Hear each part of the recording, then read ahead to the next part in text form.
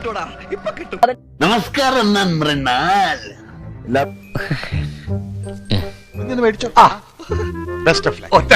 മൃണാലിനെ അറിയാം. എന്റെ മൃണുവിനെ എല്ലാരും അങ്ങ് കുറ്റപ്പെടുത്തുക.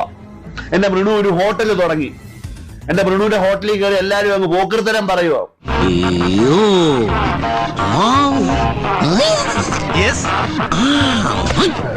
തെമ്മാടിത്തരമല്ലേ? അതങ്ങനെ വിടാൻ പറ്റുമോ ബ്രദർ? അതെങ്ങനെ വിടാൻ പറ്റും? മൃണുവിനെ എല്ലാവർക്കും അറിയാലോ. മൃണു ഒരു ഫുഡ് ബ്ലോഗറാണ്. ഫുഡ് ബ്ലോഗർ എന്നുള്ള നിലയ്ക്ക് മൃണു കേരളത്തിലുള്ള എല്ലാ ഹോട്ടലുകളിലും കയറി കഴിച്ച ഊതിയതാണല്ലേ? അല്ലടാ, സത്യം. ഒട്ടുമിക്ക എല്ലാ ഹോട്ടലിലും മൃണു കയറി ഇറങ്ങി അപരാധം പറഞ്ഞിട്ടുണ്ടെന്നുള്ളതാണ് എനിക്ക് അറിയാൻ കഴിഞ്ഞത്. ഫുഡ് ബ്ലോഗറായ മൃണുവിന് സ്വന്തമായ ഒരു ഹോട്ടൽ വരുന്നു. മൃണു അവിടെ കുറച്ച് നിയമങ്ങൾ കൊണ്ടുവരുന്നു, ഭക്ഷണം പാഴാക്കാതിരിക്കാനൊക്കെ. വല്ലവന്റെയും കടയില് ഇതേ നിയമമുള്ളതിന് അവന് കുഴപ്പം. അവന്റെ സ്വന്തം കടയിൽ അവൻ എന്തും കാണിക്കാം. കുത്താതെ അളിയാ, ഒരു അബദ്ധം പറ്റിപ്പോയി. അബദ്ധങ്ങളുടെ ഒരു ഘോഷയാത്ര തന്നെയാണല്ലോ നിന്റെ. ആരൊക്കെ പറഞ്ഞുണ്ടാക്കണ്ട് ഈ ഹംഗ്രി മൃണാൾ എന്ന് പറയുന്നത് ഒരു ഊമ്പന്റെ സ്ഥാപനമാണ്. ഇത് വേഷം കെട്ടും കാണിക്കുന്ന വെറും വൃത്തികെട്ടവൻ.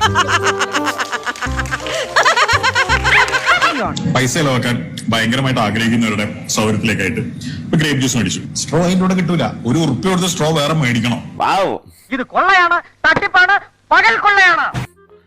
ചൂപ്പാൻ നമ്മള് 1 രൂപ കൊടുത്ത് മേടിക്കണം. അത് അദ്ദേഹത്തിന്റെ നിയമമാണ്. ബാക്കിയുള്ള സ്ഥാപനത്തിന് അങ്ങനത്തെ നിയമം വെക്കത്തില്ല. വെച്ച് കഴിഞ്ഞാൽ അവ ഊക്കും. നമ്മള് സ്വന്തമായിട്ട് ചൂപ്പാൻ കൊണ്ടുവരണോ?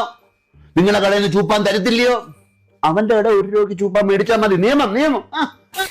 നിന്റെ വയറ് നിറഞ്ഞോന്ന് എനിക്കറിയില്ല. എന്റെ വായിലെ വെള്ളം പറ്റിയതുകൊണ്ട് ഇപ്പൊ ഞാൻ തൽക്കാലത്തേക്ക് നിർത്ത.